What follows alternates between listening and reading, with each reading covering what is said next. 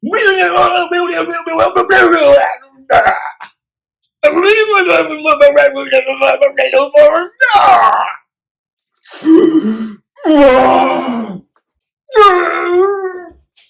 to self, jokes like that work a lot better when you're wearing two different shirts.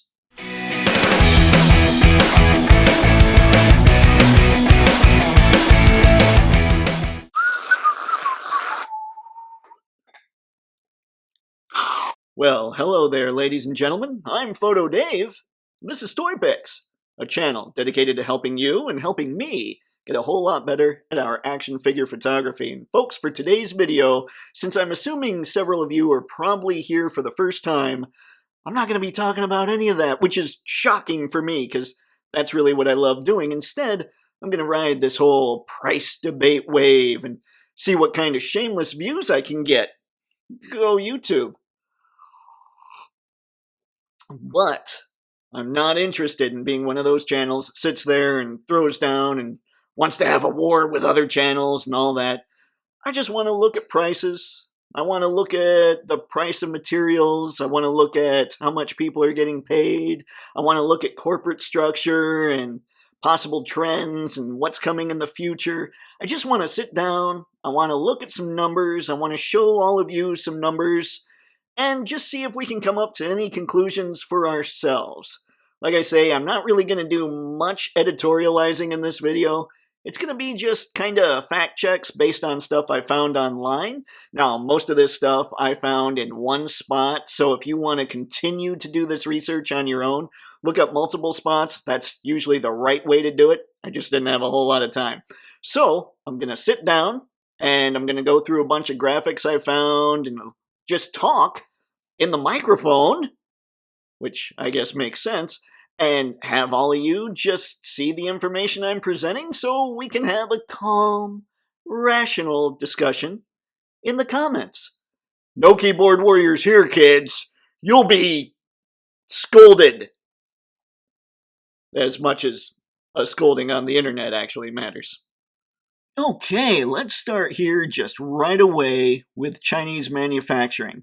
Now, one thing that we've heard from a lot of these toy companies is the costs, the wages have gone up for Chinese workers, and that's good for Chinese workers, but I think we have to expect that some of these costs will be passed down to us. Now, they don't have 2022 data yet, but I looked at from the wage increase from 2020 to 2021, and just in that year alone, it went up 11.6884%, which is pretty substantial.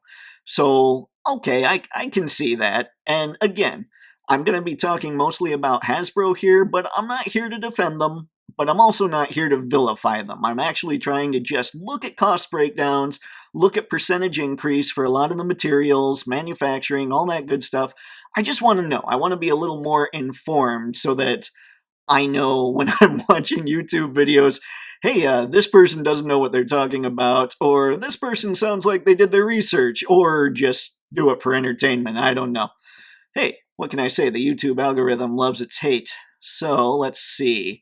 After that, I looked up the paint and the coating manufacturing. So, looking at this, for whatever reason, I looked at January 2020 instead of March 2020, which is when the pandemic actually began, but I don't think there was much of a change there. So from January 2020 to August of 2022, there was a 38.34% increase in the cost of paint manufacturing, which is insane. I remember the first time I heard somebody talk about deco hits was actually for the ill-fated HasLab Rancor. Oh, rest in peace, Rancor. I remember hearing that there first, and I thought to myself, holy jeez, why are they actually talking about paint? Like, they've never talked about paint before. This is kind of dumb. Now I look at this and I'm thinking, oh, okay, maybe it wasn't so dumb. That seems to be fairly reasonable to be talking about paint. And then I went to the price of plastic and, well, plastic materials and resin, according to this bad boy. And I looked at 2020 to right now, what's going on in 2022. And you can see that the price of that has gone up a pretty insane amount too. It's gone up 36.34%. So a lot of times when we hear these toy manufacturers say, look, guys, the cost of all this stuff has gone up, we can sit there and we can say, right, yeah, whatever. But the fact is, you're going to get some that are going to pass the buck on to us as the consumers, and you're going to get others that are going to say, see, we didn't pass the buck on to you, we're heroes. So we're just kind of looking at numbers right now. Like I said, we're not defending, we're not vilifying, we're just looking at the hard data. But right now, we're looking at pretty sizable increases when we check this stuff out. So for the companies that haven't raised their prices like mad, that's pretty cool. For other companies that have, I don't know. I mean, we have to make up our own minds as to whether or not we think it's justified. And then the huge one are the freight rates from China to the west coast of the United States. So this one I was smart enough to look at from March 2020 to right now to August 2022, because that's when they would have the data for. That was a 224.91% increase, which is absolutely insane. Even if you're a business that's doing really well, you can't prepare for an increase like that. That's nuts. So, yeah, there we go as far as the cost of actual production when it comes to this stuff. It's all gone up, and some of it's gone up a veritable crap ton. I say crap because I don't want YouTube to hate me. It's really judgmental. For my next trick, I decided to get into the whole collectibles market and see where toys were in the range of collectibles for various reasons. One is, of course, that the starting lineup line was just announced by Hasbro, so I wanted to see where those could fall as far as collecting goes. So, checking this stuff out, we can see that toys, when we're talking about collectibles, at least in the US, 61% of people in the US, by the way, do identify themselves as collectors, according to this site. Toys are the second one with 12% of that 61%. So that's pretty good. That's pretty high, I suppose. We've got coins taking up one. We've got trading cards, jewelry, music, movies, TV memorabilia, art. Sports memorabilia is 9%. So it's possible that there could be some crossover there, maybe. Sneakers are another 9%. And then we got comics, which kind of carries over to what we do. Anyway, that's kind of just checking out the overall collectibles market. But I'm mostly interested in toys. However, I did want to look here and see who else might maybe go after those starting lineup figures. Don't worry, we'll get to those. There's another group that I haven't heard anybody talk about that, if it works, might spell very good things for every toy company out there, but we'll have to see. So, we saw that. Now, I also wanted to look out the growth. What's the expected revenue growth in the collectibles market? The toy collectibles market specifically is expected to go from 12.4 billion to 35.2 billion in 2032. Now, I don't know what the pandemic's done as far as that projection is concerned. That 12.4 comes from 2021, but that's a huge, huge collectibles market growth when we keep seeing signs and thinking to ourselves, action figures are going the way of the dodo, especially when we check out this chart here that is toy collectibles by type. The action figures are the light purple line. So the action figures are leading the charge as far as toy collectibles are concerned. And I put together just a quick little stupid graph in Photoshop real quick where I just copied and pasted all those rectangles, stacked them on top of each other, put action figures on the bottom. By the time I kind of measured it out, I'd say they're about 32%, give or take a couple. So it's a pretty sizable increase in what we're expecting for action figures in the next several years. By the way, as far as the toy collectibles growth is concerned, the percentage growth is 183.87%. So what I'm thinking is action figures aren't probably going away anytime soon. Collectibles. That was just a fun little aside that I looked at because I figure most of us were into this stuff as collectibles because we're collectors. At least that makes sense in my head. All right, we'll be talking starting lineup here shortly. But before I get into that, I want to kind of go over the properties that Hasbro doesn't own, as well as the properties that they do own, because a lot of talk goes around licensing fees and how much we have to be charged because they have to pay X amount to all these different corporations. Here we go. Just quick ones that they don't own. They don't own Fortnite, Indiana Jones, Marvel, the NBA, the NBPA, which is the National Basketball Players Association. They needed to make a deal with the NBA and the NBPA to do starting lineup.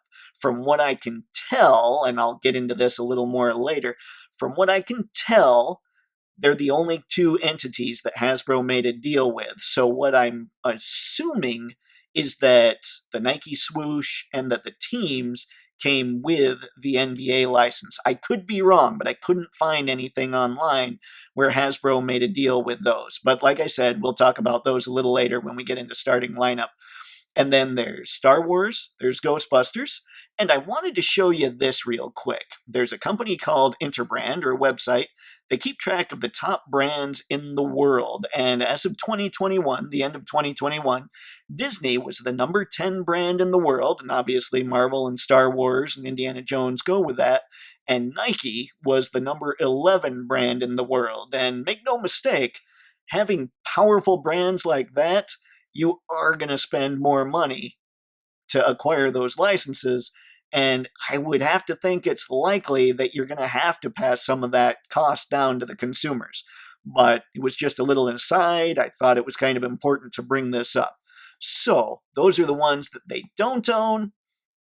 And now the ones that they do own, we all know. We have Dungeons and Dragons, G.I. Joe, Power Rangers, and Transformers. There might be others, maybe I missed something, but these are the things I think about, and I think most of us would think about as action figure collectors. And now, let's talk starting lineup.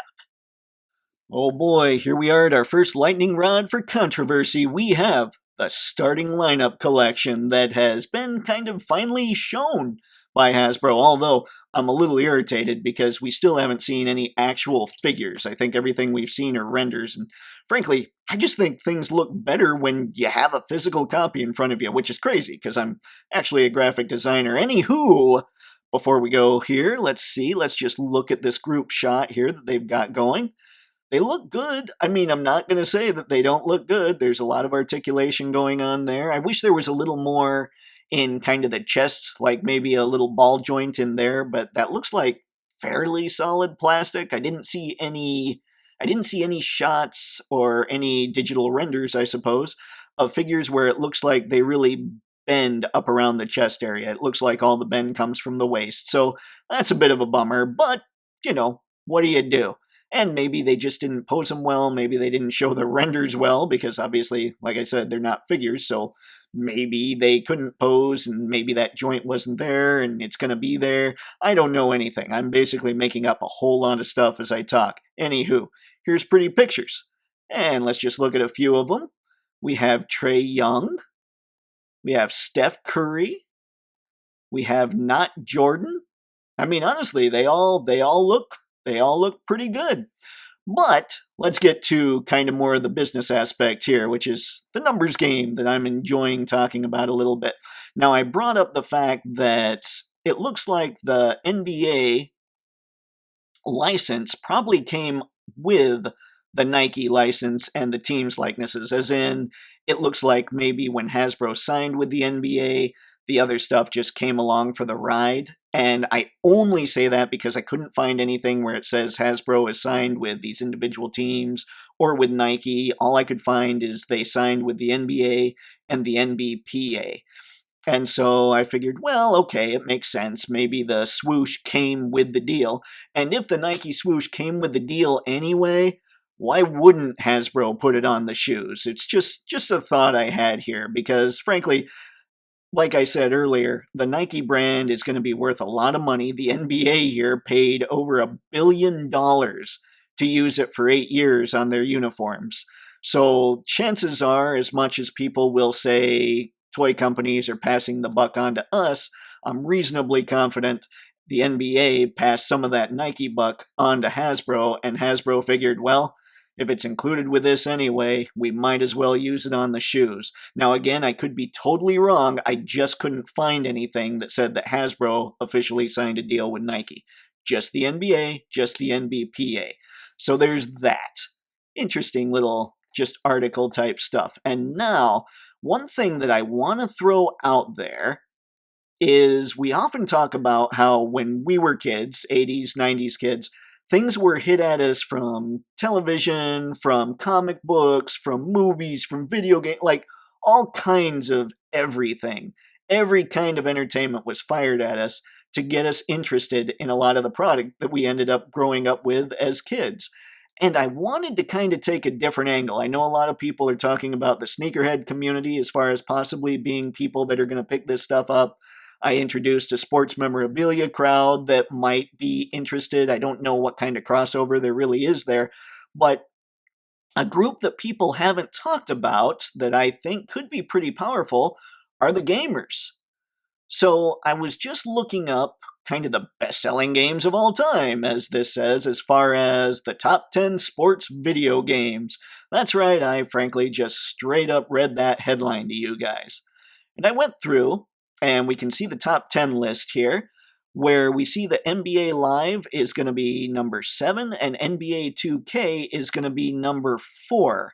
And what they're showing in this article is how many they've released since the line began, since the video game series began.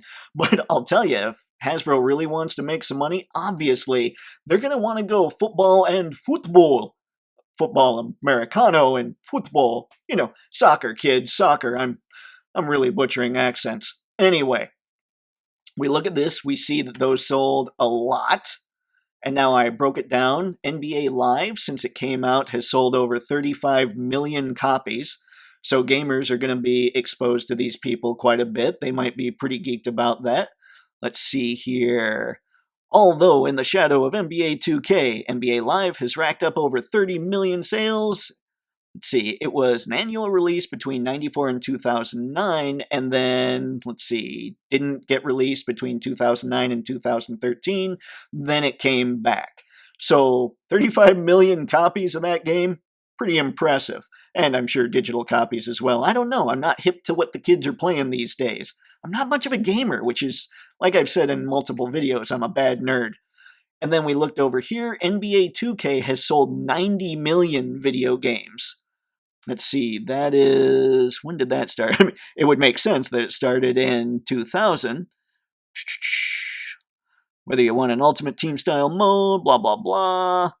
I'm not seeing that it really says anything here as far as when NBA 2K actually started, but no matter when it started, like I say, if it's 2K, chances are, 2000 makes sense to me, but who knows, maybe not. And like I said, you look below that, you want soccer, you want football. Those are where Hasbro really needs to strike. But I thought it was interesting to take kind of this video game angle and see that people play a lot of these things and do it annually, so they're constantly exposed to these players, which is pretty rad. There's also the sneakerhead community, as we talked about a little bit. According to Arch-USA.com, brands today are marketing to the wrong demographic when appealing to serious collectors.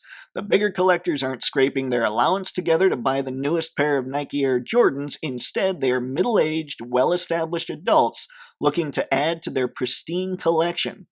So there's basically a lot of people our age that are sneakerheads, which is insane. But that means that there are a lot of people that are our age that if Hasbro is targeting sneakerheads, that should have the money to pick up one or two of these figures. They might even go all in. I don't know how often Hasbro is planning on releasing a line of these guys, but $50 a pop, you're looking at $400 plus tax, plus shipping, all that. It can be a pretty pricey line in a hurry, so if people are really well-established adults, and this is the thing that really gets them hyped, if they're huge basketball fans, I can see them doing it. I also can definitely see people just picking up players from their favorite teams. Now, if we keep going through here, this was interesting. According to Statista.com in 2019, this is an older study, by the way, footwear sales for Nike totaled $24.2 billion globally. Let's see, Adidas, $15.1 billion. Asics, let's see. Asics and Reebok, 2.9. In global, wow. Puma and Under Armour. I mean, there's a lot of money, a ton of money in shoes. So I can see why Hasbro might be trying to target these guys. I can see why Hasbro might even be trying to target the video game guys, the sports memorabilia people. From what I understand, starting lineup is on Hasbro Pulse, but it's also on some sites that cater to people that are big time into these things. So it's just fascinating stuff. I like looking at this stuff so I can see where maybe their thought process is when it comes to this. And now the one that's really crazy here is people were complaining about NFTs. According to this, the percentage of Americans who plan to buy an NFT this year, Gen Zers and millennials are up there. They have a pretty sizable number of people that are sure they're going to do it, and several in the maybe category. So I can see where NFTs are kind of going to start gaining some popularity. And so, on top of selling to the well to do average adults when it comes to starting lineup, I can see where including that NFT card might be something to drag in the Gen Zers and the millennials as well, even some Gen Xers, just because who knows? I mean, it's something that the future, if you listen to Gary Vaynerchuk at all, he is absolutely convinced that NFTs are the future, and if you don't get on board now, you're going to be hosed. He's even compared it to the internet itself. He's like, way back when, people didn't think the internet was going to be a thing. Look what happened there. So, I don't know. Maybe it is, maybe it's not, but I can see that the younger generations are getting into these NFTs. And so Hasbro might be trying to cover multiple bases here, which might not be the worst strategy. They're big enough where they can do that. A lot of smaller companies, you generally want to target one market just to really nail it with that one market, but Hasbro's huge, and they're going after a few markets, and I don't necessarily think that's a bad idea. And hey, worst comes to worst, maybe these people will become action figure collectors as well. No, probably not. And now, when it comes to lightning rods for controversy, we have the Ghost Rider HasLab. Now, I've pretty much expressed my thoughts in last week's toy photography news and earlier this week when I talked about when they showed off Mephisto. I'll leave links to those two videos at the end of this video so you can check out what I thought there. But basically, it boils down to I don't think there's enough nostalgia money behind Robbie Reyes, and I also think that it was really, really, really dirty pool to play that marketing game with Mephisto, hiding him behind a $350 paywall. Now, I don't want to knock anybody individually or anything like that. I'm sure this was a lot of Hasbro corporate making these decisions, but it could also have fallen a little bit in the marketing category. And I know a little bit about marketing. You don't have to be absolutely manipulative. I know I'll see YouTubers talk about the way that Hasbro does things from time to time, and they'll say, well, they released the one we didn't want before they released the one that we really want. You know, marketing. It doesn't have to be that way. You can release like just a killer version of something and then release an even more killer version of it later on down the line. That just doesn't seem to be the way that Hasbro works. So right now, at this point, we just have to play within the confines of what Hasbro does. But even within those confines, I think hiding Mephisto behind a $350 paywall was dirty pool, and I really do wish that Marvel Select would reissue that Mephisto that they put out way back when. Not to undermine the Robbie Reyes campaign, but just to show whoever was in charge of making that decision happen that that's not cool, and that's not something that fans of Marvel Legends will stand for or should have to stand for. I mean, that's probably as angry as I'll get in this whole thing. I do have to say up front, I don't collect Marvel Legends, so I kind of look at this stuff. I think I'm able to look at it a little more objectively, but just because I don't collect them doesn't mean I don't insanely sympathize with the people who now won't be getting a Robbie Reyes because he wasn't backed. And to be perfectly honest, I'm not sure they're going to get this HasLab at all. And so I do wonder a little bit about what's going on when they think about how to structure these items, these HasLab items. My gut here is when you have to rely on tiers to make it so people will justify spending whatever the money is that the HasLab itself is, I think that's a bad move unless you show all the tiers up front. But this is Monday morning quarterbacking, so I don't want to sit there and say they did it wrong or anything, except for the Mephisto part. But I think that most people probably just didn't see the value in the base offering where they might have in Galactus and Sentinel. I know that when it came to me, I saw the value in the base offering of Galactus right away. No doubt. Now, maybe that makes me a shill, I don't know.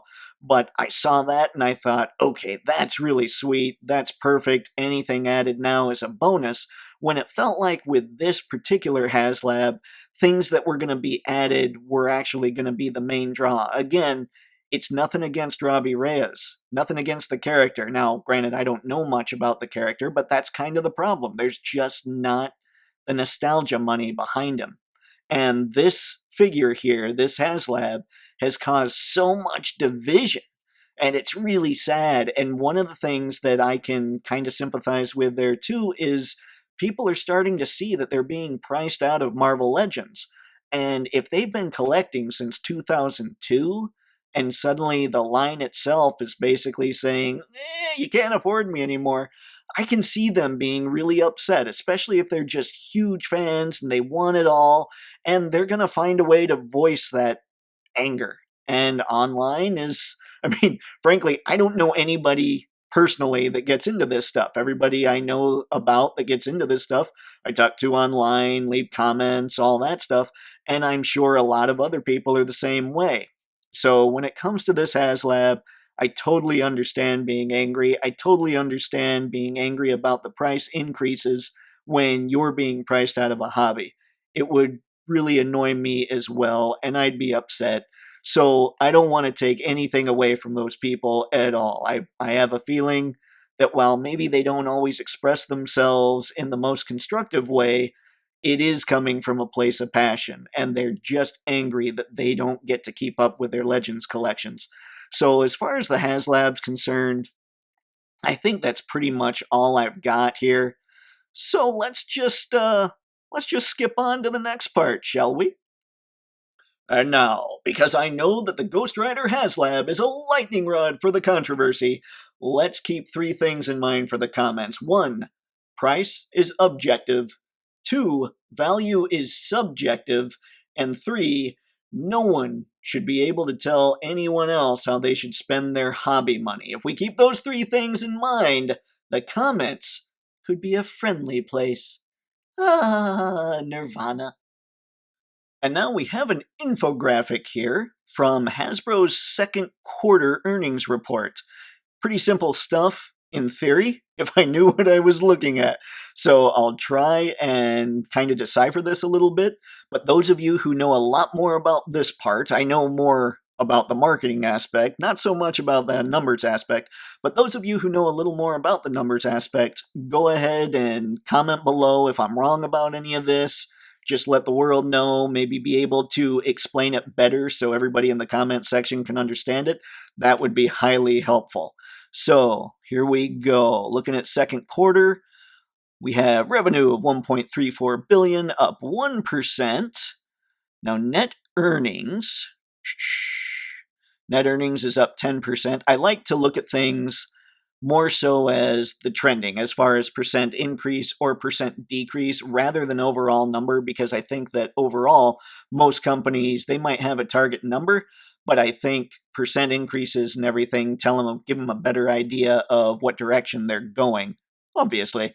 And then operating profit is up 14%. Now, operating profit, from what I understand, is profit before taxes and interest. If I'm wrong, let me know in the comments.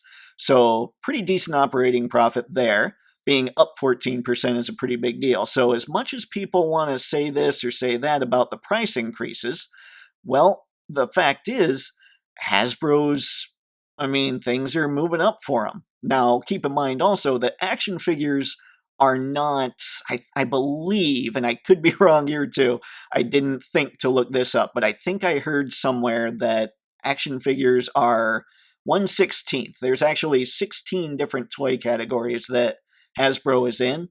Action figures are only 1/16th of that. Now, we saw earlier that action figures are going to be a big deal in the future. They're kind of leading the way in the collectibles market.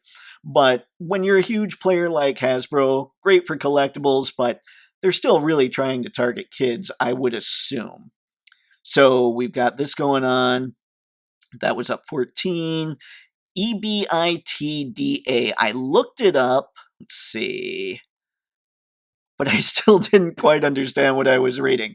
So if somebody wants to inform me of what that is, that'd be cool. It's up 6%. Segment performance, consumer products, which I assume is action figures, most of what we do, as well as pretty much anything that Hasbro makes that you can find in Target or Walmart, is up 7%. So again, they're doing something right. Now, I don't have a breakdown where I can see how those 16 segments individually are performing, but overall, revenue seems to be up 7%. Segment performance and operating profit. Okay, we've got, Wizards of the Coast and digital gaming is up 3%. Now, as far as operating profit and revenue, when it comes to their entertainment division, it's down considerably. They cited selling their music division, I believe, as being a reason for that. Something that I thought was really interesting here, though, is the brand portfolio performance when we're looking here. Franchise brands, so like Transformers, G.I. Joe, what else do we have? Dungeons and Dragons, and Power Rangers. Franchise brands are up 10%. So again, they're doing something right there. Partner brands, which I would assume would be Marvel, Star Wars, Indiana Jones, Fortnite, all those, they're up 3%, which I can see maybe that not being up as high based on the fact that maybe some of the entertainment surrounding the partner brands maybe has not been as good as it has been in the past. I could be wrong, and when I say that, I know that's totally subjective. Objectively, maybe they're not doing as well as past shows and movies have done. I just don't know. Gaming has lost quite a bit. Their entertainment, like I said, lost quite a bit. Their emerging brands, which I'm not sure, I'm assuming those are things that they're starting up, like new things that they're testing in the market, is up 3%. Now, one thing that I saw that I was really curious about is it says on the bottom left here, share repurchase program. They repurchased $124 million in stock. And I didn't know why they would do that. So I went over and I just did a quick Google search here, and it says a company repurchases its shares when it wants to consolidate ownership, preserve stock prices, return stock prices to real value, boost financial ratios, or reduce the cost of capital. So there's all kinds of reasons that a company would do that. You can use that information and maybe use that to help you decide what you think of how Hasbro is running things. It was just something that I found interesting. But something else I found insanely interesting, even though when we're looking at that stuff, it looks like overall numbers are up on several segments, is the 5-year stock price when it comes to Hasbro. Over the past 5 years, Hasbro is actually down 27% in stocks. Now, I know a lot of investors, the ones that tend to do really well in the stock market, just leave their money in there, and after a while, it just grows and grows and grows and compounds. Right now, over the past 5 years, I'm not sure I'd say Hasbro's all that great an investment. Now, of course, I'm not an investment guy. I kind of need to get into that, but looking at it, it's supposed to grow, I believe, the most recent number I've heard, but this was probably a couple years ago, is it generally goes up 8% year over year. So clearly, Hasbro's not doing that. So I don't know what all these numbers add up to mean, but it seems to me that sometimes the prices are raised so they can up that stock price quite a bit. And I don't know. I mean, looking at this, the stock price probably needs it. Shareholders probably need it, unless Hasbro really is deciding, you know what, let's buy back a ton so we can keep a lot more of it in-house so we don't have to kowtow to the shareholders so much. I don't know. Editorializing there, trying to make things up, and I'm already talking out my you-know-what. So again, if anybody's seeing these numbers and putting them together and finding a way that really makes sense, go ahead and place that in the comments so we can all look at it and kind of figure it all out together, because it's just something I'm really interested in. But yeah, there's your Q2 Hasbro report. Pretty nutty stuff. So with all that, and me having no real conclusion, even after looking at all that stuff, as to whether or not I think Hasbro is overcharging or whether they're doing things okay, I just don't know. I don't see the numbers behind the scenes. None of us do. But we have a little better idea after looking at all these numbers about at least the cost of things, so we can make judgments based on that. I will say it feels like Hasbro's throwing a lot of things at the wall right now, seeing what'll stick. Obviously, they have a new CEO, and they're trying new things because that's just what happens when you get new upper management. People want to put their own stamp on the company. Now, maybe he doesn't even know what's going on with the action figure segment, but that's the part I pay attention to, and at least in that area, it seems they're like, 350 HasLab, let's throw that up there. See if it'll stick. Starting lineup, throw that up there for $50 a player, let's see if that'll stick. And let's market to several demographics we don't normally market to. Let's see if that'll stick. And let's throw Dungeons and Dragons up there from the 80s. And obviously, that's aimed totally at collectors. And when we see that action figures are a collectible, like the leading collectible, at least forecast through at least 2032, you kind of wonder, are they going to try and turn action figures into collectibles more so than leaving them out on the aisle for kids? And then you see another repaint of Mando and Ahsoka thrown up there for, what's the price? I think $67. Are collectors going to swallow that up? I don't know. I don't know the answers to any of these things, but it does kind of look like they're just throwing things at the wall and seeing what sticks, which, honestly, I don't blame them. Right now, I feel like, at least at Hasbro, things just feel a little volatile. Not bad. It's not like it's an angry company. I don't mean that. They just are trying to find their footing. It's like they had it for a long time, and now we're going to see what we can really make happen. It's like they're almost trying to go to the next level and just seeing what sticks to help them get there. I don't know. Let me know in the comments. What are you thinking about that thing? Are they throwing things against the wall, or am I just totally misreading this? Hi, I'm Fancy. And holy crap, it went from light to dark in the time it took me to record that. Whoo! Anywho, everybody, I hope that what I did there was kind of put some perspective on at least some of the price increases, what's going on possibly at Hasbro HQ, what's maybe not going on, what they're not quite so sure about. I'm not even sure, but I thought when we keep hearing all these discussions about prices and increases and all these things, I thought we should at least kind of get a lay of the land as far as what's actually going on with the stuff we know that goes into producing these things, and maybe a little bit more about licensing and what Hasbro has to do. I'm not sure. I just thought it would be something that I could add to the conversation that would be something not all psychotic and anger-filled. I just think a rational discussion is something that could be enjoyed. And something that people at this point might just be ready for, because I know watching a whole lot of hate and a whole lot of anger when it comes to these YouTube videos, it's exhausting. I'm actually tired from doing that. I'm surprised I was able to stay awake long enough to record this. Anywho, remember, there are 3 rules to the comment section for this one. Remember that price is objective, 2, value is subjective, and 3, none of us has any right to tell somebody how they should spend their hobby money. If we remember those things, the comment section should be really awesome. And I can't wait to check it out. So for everybody who's watched this for the first time, and everybody who's stuck with the channel since the beginning, have fun, and happy snapping.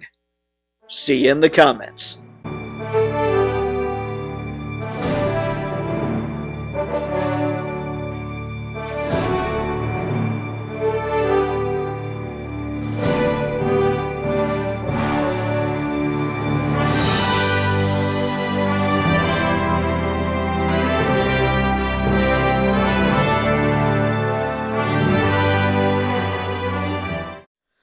Dude, you You really got to work on those endings.